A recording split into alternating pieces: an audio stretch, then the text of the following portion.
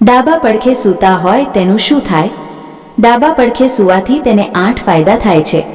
1. ડાબા પડખે સૂવાથી શરીરનું પાચન જલ્દી થાય છે, ગેસ ઓછો થાય છે. 2. ડાબા પડખે સૂવાથી શરીરનો આખા દિવસનો થાક ઉતરી જાય છે. 3. ડાબા પડખે સૂવાથી રાત્રે હાર્ટ એટેક પ્રમાણ ઘટી જાય છે. 4.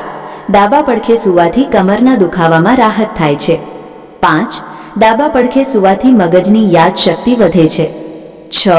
ડાબા પડખે સૂવાથી નાકના નસકોરા ઓછા થઈ શકે છે. 7. ડાબા પડખે સૂવાથી શરીરની કરોડરજ્જુ અને હાડકાં મજબૂત થાય છે. 8.